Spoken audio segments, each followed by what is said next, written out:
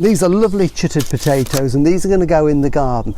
The time to do it is when the soil starts to warm up. So if you think it's very cold and wet where you are, wait another week.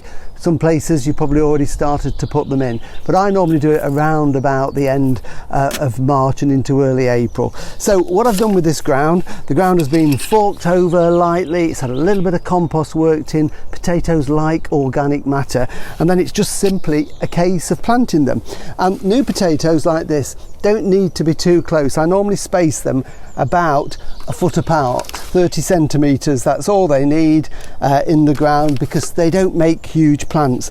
And I normally just plant them with a trowel, about 4 inches deep. Now, sometimes people get a problem called scab, which is where the skin of the potato literally goes all scabby, and it's still perfectly okay to eat, but they just don't look very good. And that's usually if you've got an alkaline soil, got too much lime in the soil. So never put lime on where you're going to grow your potatoes. And if you're worried about it, an old trick that gardeners used to do, and it's really simple, is just to use some grass cuttings, fresh grass mowings. When you've cut the lawn, just save a little bit, and all you're going to do basically is to dig your hole.